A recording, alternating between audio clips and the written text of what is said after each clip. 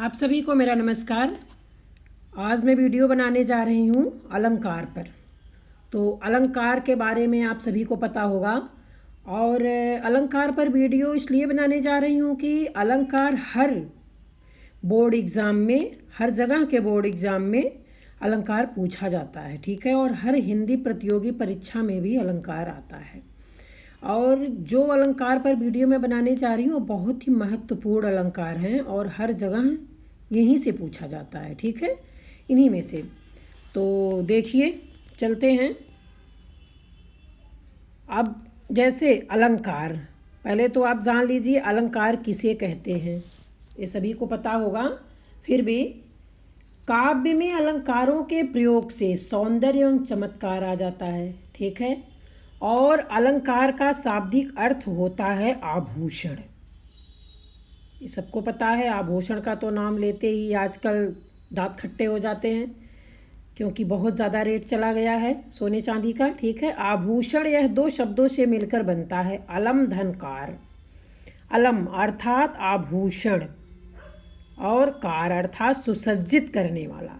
जिस प्रकार स्त्री की शोभा आभूषणों से होती है, उसी प्रकार काव्य की शोभा अलंकार से होती है, ठीक है। तो ऐसे यहाँ जो हम पढ़ने जा रहे हैं, यहाँ शब्दों की शोभा की बात हो रही है, ठीक है। तो यहाँ बताया जा रहा है कि जैसे स्त्री, एक स्त्री बिना जो है आभूषण के अगर आप देखेंगे और एक स्त्री जो आभूषण पहन करके आपके सामने आएगी तो आपको अलग ही दिखेगा, ठीक है। तो ऐसे यहाँ शब्दों की गहनता के बारे में बताया गया है कि जिस प्रकार नारी के सौंदर्य सुंदरता के बढ़ाने के लिए आभूषण होते हैं, उसी प्रकार भाषा के सौंदर्य सुंदरता को बढ़ाने वाले शब्दों या तत्वों को अलंकार कहते हैं। शब्दों या तत्वों को अलंकार कहते हैं, ठीक है।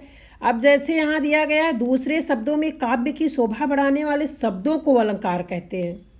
दूसरे शब्दों में काव्य की शोभा बढ़ाने वाले शब्दों को अलंकार कहते हैं, ठीक है। और कहीं कहा जाता है काव्य में अलंकारों के प्रयोग से सौंदर्य एवं चमत्कार आ जाता है, ठीक है। और वैसे अलंकार शब्द की अवधारणा जो ये बहुत पुरानी है, बहुत प्राचीन है, जिसका प्रारंभ में उपयोग व्याकरण एवं न्यायशास्त्र में की होता था, ठीक है।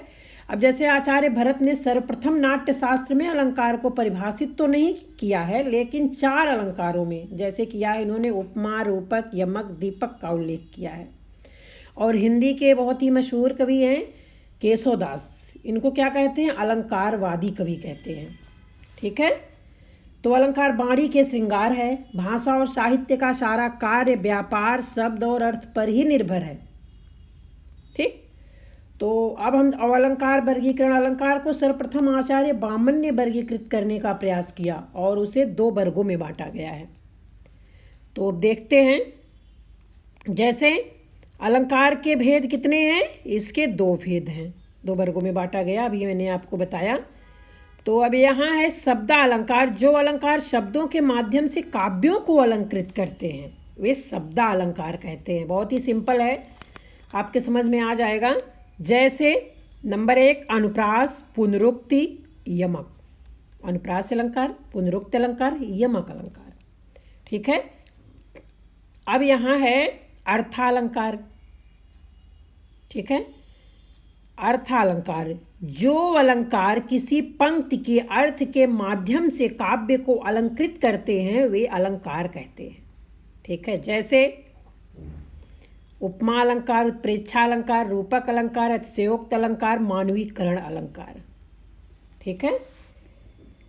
आपने देखा, जैसे आपको यहाँ दिया गया है अलंकार के 2 भेद होते हैं, आपके जानकारी के लिए हम बता दे रहे हैं। जैसे इसमें 3 भेद भी होते हैं, शब्दालंकार, अर्थालंकार, उभयालंकार। शब्दालंकार वे हैं जहाँ शब्द विशेष के ऊपर अलंकार की निर्भरता हो। समझ में आ गया होगा आपको। जैसे शब्दालंकार में शब्द विशेष के प्रयोग के कारण ही कोई चमत्कार उत्पन्न होता है। उन शब्दों के स्थान पर समानार्थी दूसरे शब्दों को रख देने पर उसका सौंदर्य समाप्त हो जाता है, ठीक है। अर्थालंकार, अर्थ को चमत्कृत या अलंकृत करने वाले अलंकार को अर्थालंकार कहते हैं। ऐसे ही उभयालंकार है, जो अलंकार शब्द और अर्थ दोनों पर आश्रित रहकर दोनों को चमत्कृत करते हैं उन्हें कहते हैं उभयालंकार, ठीक है। अब शब्दालंकार के भेद, ये भी मैं आपको बता देती हूँ जानकारी के लिए। शब्दालंकार के भेद हैं अनुप्रास, यमक, श्लेष, वक्रोक्ति, विप्सा। ठीक है, ये हो गए शब्दालंकार के भेद। ठीक, तो अब हम, बहुत ज़्यादा वीडियो बड़ा हो जाएगा, अब चलते हैं आपको इसके बारे में, अनुप्रास के बारे में बताते हैं। ठीक है, और ऐसे ही अर्थालंकार के भी कई भेद हैं। ऐसा नहीं कि अर्थालंकार के नहीं, अर्थालंकार के भी कई भेद हैं। ऐसे उभयालंकार के भी कई भेद हैं। ठीक है, तो अब हम पहले बताते हैं आपको अर्थालंकार के बारे में, नहीं अनुप्रास अलंकार के बारे में बताते हैं आपको जो शब्दालंकार में आते हैं। अनुप्रास अलंकार की क्या परिभाषा है? जिस रचना में व्यंजनों की बार बार आवृत्ति के कारण चमत्कार उत्पन्न हो वहाँ अनुप्रास अलंकार होता है। ठीक, अनुप्रास शब्द अनु तथा प्रास शब्दों के योग से बना है। अनुप्रास शब्द अनु तथा प्रास शब्दों के योग से बना है। अनु का अर्थ है बार बार, अनु का अर्थ है बार बार, तथा प्रास का अर्थ वर्ण। जहाँ स्वर की समानता के बिना भी वर्णों की बार बार आवृत्ति होती है वहाँ अनुप्रास अलंकार होता है। इस अलंकार में एक ही वर्ण का बार बार प्रयोग किया जाता है। सिंपल भाषा में है, समझ आ गया होगा आप लोगों को। जैसे उदाहरण मैं बता रही हूँ, रघुपति राघव राजा राम, इसमें रा की आवृत्ति बार बार आ रही है। ठीक है, तो इस पंक्ति में रा वर्ण की 3 बार, ठीक है, 4 बार है, रघुपति राघव राजा राम। ठीक है, तो और ऐसे ही है, देखिए इसमें देखिए है, चारु चंद्र की चंचल किरणें खेल रही थी जल थल में, इसमें भी चा वर्ण की आवृत्ति बार बार हो रही है। ठीक है, यहाँ दिया गया है ना, जहाँ स्वर की समानता के बिना भी वर्णों की बार बार आवृत्ति हो वहाँ अनुप्रास अलंकार होता है। ठीक, तो यही है, आपको समझ आ गया होगा। मधुर मधुर मुस्कान मनोहर मनुज वेश का उजियाला, कालिंदी कूल कदम्ब की डारन, कालिंदी कूल कदम्ब की डारन। अब जैसे अनुप्रास अलंकार में एक और है, कभी कभी उदाहरण आ जाता है, जैसे 9th में है CBSE बोर्ड में, निरपख होई के हरि भजय सोई संत सुजान। ये कहाँ से है? ये साखिया एवं शबद, कबीरदास जी की ये लाइन। और ललद्द की है, सुष्म सेतु पर खड़ी थी बीत गया दिना। कभी कभी यहाँ से ऐसे भी दे देते हैं उदाहरण, तो बच्चे कन्फ्यूज हो जाते हैं, इसलिए मैं आपको बता रही हूँ। जैसे चौपाई भी आ जाता, बंदो गुरपद पदुम परागा और सूरज सुबास सरस अनुरागा। इसमें क्या है, प्रथम उदाहरण में इसमें आप देख रहे हैं ना, जैसे यहाँ बंदो गुरपद पदुम परागा, यहाँ दिया है अनुप्रास का विच्छेद करने पर अनुधन प्रास आ रहा है, तो इस प्रकार जहाँ पर एक ही वर्ण की बार बार आवृत्ति हो वहाँ अनुप्रास अलंकार होता है। ठीक है, तो चलते हैं। जैसे पा वर्ण की आवृत्ति 1 से अधिक बार, एवं दूसरे उदाहरण में सा वर्ण की आवृत्ति 1 से अधिक बार हुई है, इसलिए यहाँ अनुप्रास अलंकार हो जाता है। तो अनुप्रास आपके समझ में आ गया होगा। अब चलते हैं पुनरुक्ति अलंकार। पुनरुक्ति अलंकार में क्या है? परिभाषा पुनरुक्ति 2 शब्दों के योग से बना है। ये जो पुनरुक्ति की परिभाषा है, पुनरुक्ति 2 शब्दों के योग से बना। पुनः उक्ति, अतः वह उक्ति जो बार बार प्रकट हो। जिस वाक्य में शब्दों की पुनरावृत्ति होती है वहाँ पुनरुक्ति अलंकार माना जाता है। जिस काव्य में क्रमशः शब्दों की आवृत्ति एक समान होती है किंतु अर्थ की भिन्नता नहीं होती, जहाँ अर्थ अलग नहीं होते, वहाँ पुनरुक्ति अलंकार माना जाता है। ठीक है, जैसे यमक अलंकार में शब्दों के, यहाँ क्या है, यमक अलंकार में शब्दों के अर्थ भिन्न होते हैं, जबकि इस अलंकार के अंतर्गत अर्थ एक समान रहता है, केवल शब्दों की वृद्धि होती है। ठीक है, जैसे मधुर बचन कहि कहि परितोषी। अब यहाँ पंक्ति में कहि शब्द का 1 से अधिक बार प्रयोग हुआ है, इसके कारण काव्य में सुंदरी की वृद्धि हुई है, अतः यहाँ पुनरुक्ति प्रकाश अलंकार माना जाएगा। अब जैसे पुनरुक्ति अलंकार के कई उदाहरण मैं आपको बता दे रही हूँ। लिखन बैठी जाकी सभी गहि गहि गर्भ गरूर, आप इसको पढ़ेंगे तो समझ में आ जाएगा। आदरऊ दय दय बोलियत बयासु बल की बेर, झूम झूम मृदु गरज गरज घनघोर, डाल डाल अली पिक के गायन का क्षमा बधा। ठीक है, ऐसे आपको यहाँ अनेक उदाहरण मिलेंगे। अगर मैं सब पे बताऊँगी तो वीडियो बहुत लंबा हो जाएगा। अब मैं बताने जा रही हूँ आपको यमक अलंकार के बारे में। ये बहुत ही प्रमुख है, यहाँ से बहुत बार पूछा गया है। यमक अलंकार जैसे परिभाषा, जहाँ एक ही शब्द अधिक बार प्रयुक्त हो लेकिन अर्थ बार बार भिन्न हो, वहाँ क्या होता है? यमक अलंकार होता है।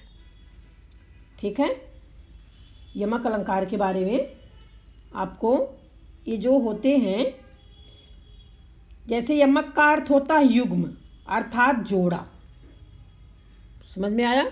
अर्थात क्या होता है? जोड़ा होता है। इसमें भिन्न अर्थ के साथ किसी वर्ड अथवा शब्द की आवृत्ति होती है। जहाँ पर एक शब्द की एक से अधिक बार आवृत्ति होती है और हर बार उसका अर्थ भी अलग होता है, वहाँ क्या होता है? वहाँ यमक अलंकार होता है।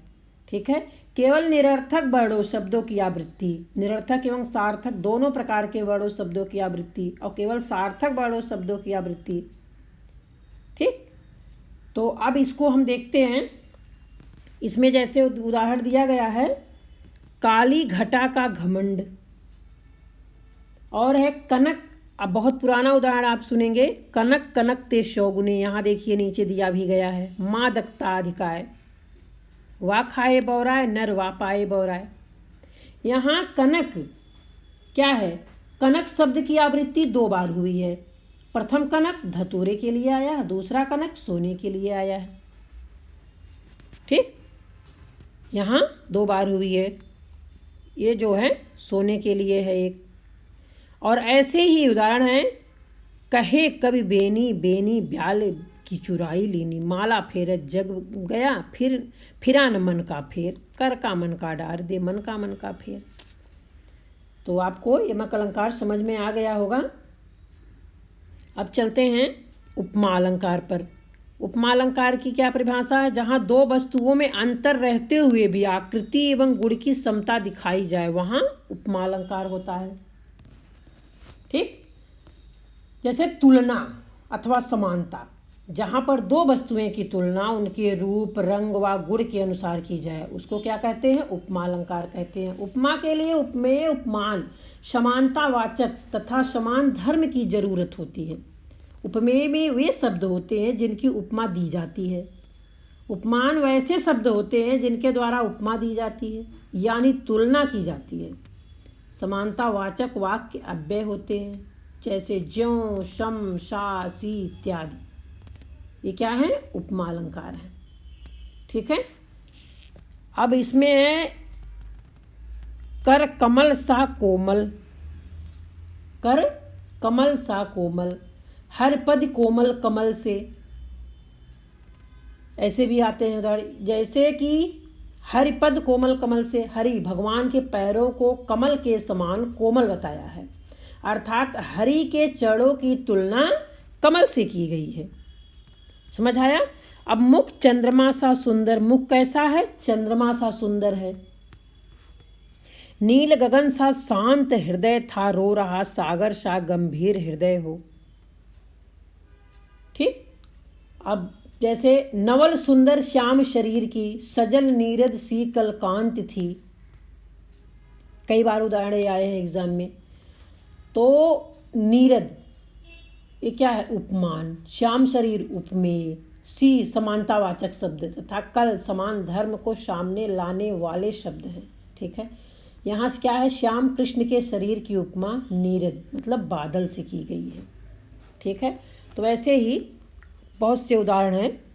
अब यहाँ जैसे सागर सा गंभीर हृदय हो, गिरी सा ऊंचा हो जिसका मन, गिरी सा ऊंचा हो जिसका मन। अब इसमें सागर तथा गिरी उपमान मन और हृदय उपमेय सा। ठीक है, उपमेय सा वाचक, गंभीर एवं ऊंचा ये क्या है? साधारण धर्म है। अब देखते हैं उत्प्रेक्षा अलंकार। उत्प्रेक्षा अलंकार में क्या है? इनकी परिभाषा है, जहाँ उपमेय को ही उपमान मान लिया जाता है, यानी अप्रस्तुत को प्रस्तुत मानकर वर्णन किया जाता है। वहाँ क्या होता है, उत्प्रेक्षा अलंकार होता है। जैसे मनु जनु मेरे जानते, मनहु मानो निश्चय यू आदि आता है, तो वहाँ आप ये समझ लीजिए वहाँ उत्प्रेक्षा अलंकार होता है। ठीक है, ये निशान है इनके, मनु जनु जानो, ठीक है, मेरे जानते, मनहु मानो निश्चय यू, ये सब क्या हो गया, उत्प्रेक्षा अलंकार के लक्षण हैं। ठीक है, तो समझ में आपके आ गया होगा। अब आगे चलते हैं हम। मुख मानो चंद्रमा है, मुख कैसा है, मानो चंद्रमा के समान है। ठीक है, अब आगे है, सिर फट गया उसका वहीं, मानो अरुण रंग का घड़ा हो, नेत्र मानो कमल है, पाहुन ज्यों आए हो गाँव में शहर के, मेघ आए बड़े बंठन के संवर के, सखी सोहत गोपाल के उर्गुंजन की माल, बाहर सोहत मन पिए दावा नल की ज्वाल। ये सब क्या है, उत्प्रेक्षा के उदाहरण है। ठीक है, जैसे यहाँ दिया गया है ना, मनो मानो मनु मनहु जानो जनु जनहु ज्यों आदि, ये सब इनके क्या है, ये उदाहरण है। ठीक है, अब एक उदाहरण बहुत ही बार बार पूछा जाता है, जैसे मानो माई घन घन अंतर दामिनी, घन दामिनी दामिनी घन अंतर, शोभित हरि ब्रज भामिनी। यह जो पंक्ति है, रासलीला का सुंदर दृश्य दिखाया गया है इसमें। रास के समय पर गोपी को लगता था कि कृष्ण उसके पास नृत्य कर रहे हैं। गोरी गोपियां और श्याम बड़े कृष्ण मंडलाकार नाचते हुए ऐसे लगते हैं मानो बादल और बिजली और बादल साथ साथ शोभायमान हो रहे हों। और यहाँ गोपिकाओं में बिजली की और कृष्ण में बादल की संभावना की गई है, इसलिए यहाँ क्या हो गया, उत्प्रेक्षा अलंकार हो गया। ठीक है, कई बार एग्जाम में आया है, प्रतियोगी परीक्षा में भी उदाहरण दिया गया है। जैसे चमचमात चंचल नयन बिच घूंघट पट छीन, पीजीटी पेपर में उदाहरण पूछा गया है, उसमें भी आया था।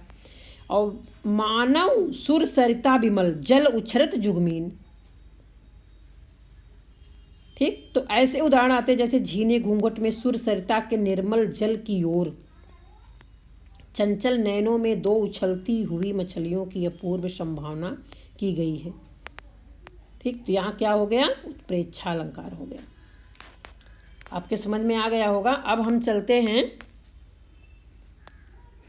इसको आपने देख ही लिया होगा, अंबर पनघट में डूबू रही तारा घट उषा नागरी। नहीं, ये तो आ गया रूपक अलंकार। ठीक है, यहाँ ये हो गया उत्प्रेक्षा अलंकार। अब रूपक अलंकार पे चलते हैं हम। रूपक अलंकार की क्या परिभाषा है, जहाँ उपमेय पर उपमान का आरोप किया जाए वहाँ क्या होता है, रूपक अलंकार होता है। यानी उपमेय और उपमान में कोई अंतर न दिखाई पड़े। जहाँ गुण की अत्यंत समानता के कारण उपमेय में ही उपमान का अभेद आरोप कर दिया गया हो, वहाँ क्या होता है, रूपक अलंकार होता है।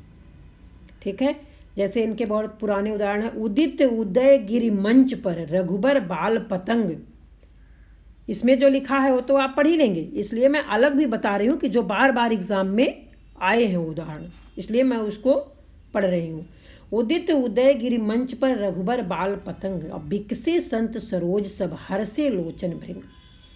इस दोहे में उदय गिर जो है मंच का, और रघुबर पर बाल पतंग सूर्य का, संतों पर सरोज का एवं लोचनों पर भृंगो मतलब भौरों का अभेद आरोप होने से वहाँ क्या हो गया, रूपक अलंकार हो गया। ठीक है, अब जैसे यहाँ देखिए उदाहरण दिया गया है, पायो जी मैंने राम रतन धन पायो, मैया मैं तो चंद्र खिलौना लई हूँ, चरण कमल बंदो हरिराई, बीती विभावरी जागरी। ठीक है, मैया मैं तो चंद्र खिलौना लई हूँ, बहुत पुराना उदाहरण है। जैसे यहाँ चंद्रमा उपमेय में, चंद्रमा क्या है, उपमेय में है, और खिलौना क्या है, उपमान का आरोप है। ठीक, अब चरण कमल बंदो हरिराई, तो यहाँ हरि के चरणों में उपमेय में, हरि के चरण क्या है, उपमेय, और कमल उपमान का आरोप है। समझ आया। अब यहाँ है बीती विभावरी जागरी, अंबर पनघट में डुबो रही तारा घट उषा नागरी। ये भी बहुत पुराने उदाहरण है।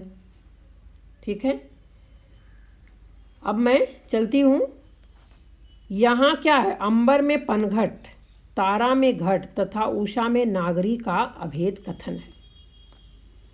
यहाँ गूंज की माला उपमेय में दावानल की ज्वाल उपमान के संभावना होने से यहाँ क्या हो गया, ठीक है, रूपक अलंकार हो गया। यहाँ ये उत्प्रेक्षा गलत लिख दिया है, ठीक है, ये रूपक अलंकार है।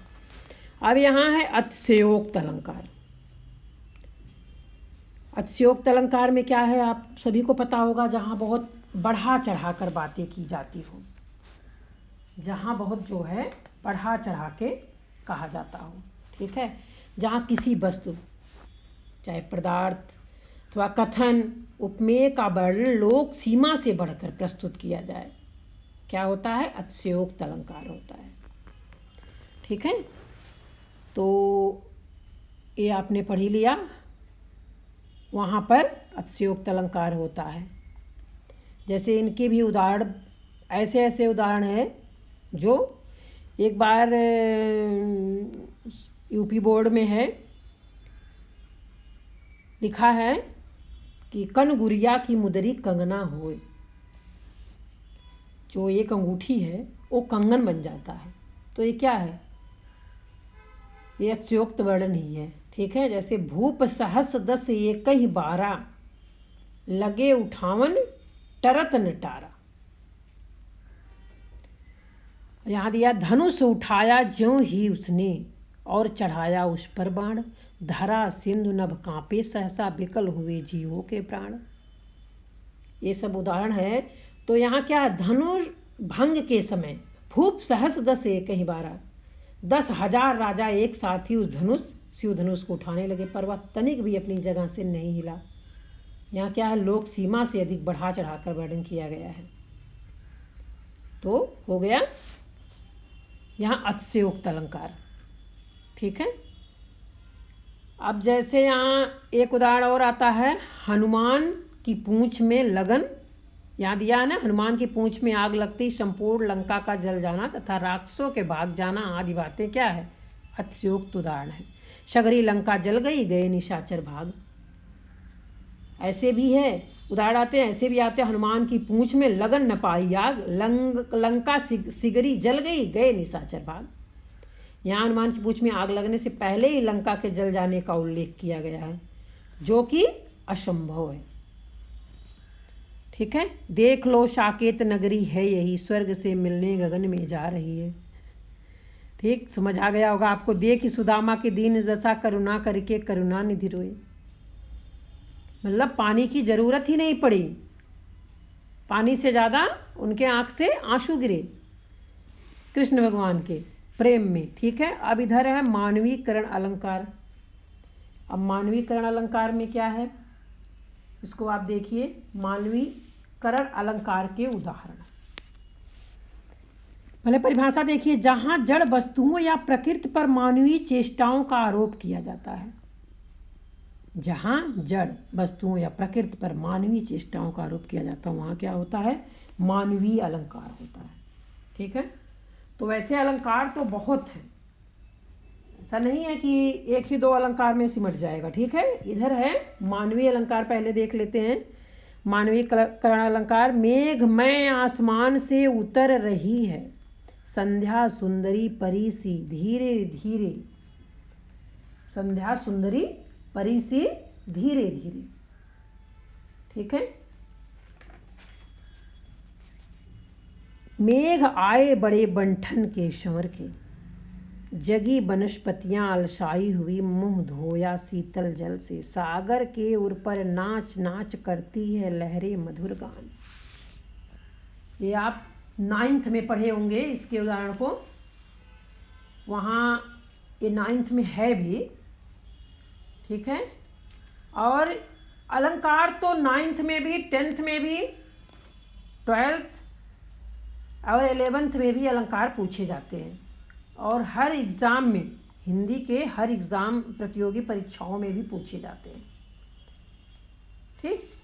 तो आज मैं अलंकार पर वीडियो यहीं समाप्त करती हूँ, अगले वीडियो में फिर मिलूँगी, तब तक के लिए धन्यवाद, ठीक है। आपके अलंकार समझ में आ गया होगा। और अलंकार की अगर ज़रूरत लगेगी आप लोगों को तो बताइएगा, मैं उस पर भी वीडियो बनाऊंगी। आज यहीं ख़त्म करती हूँ।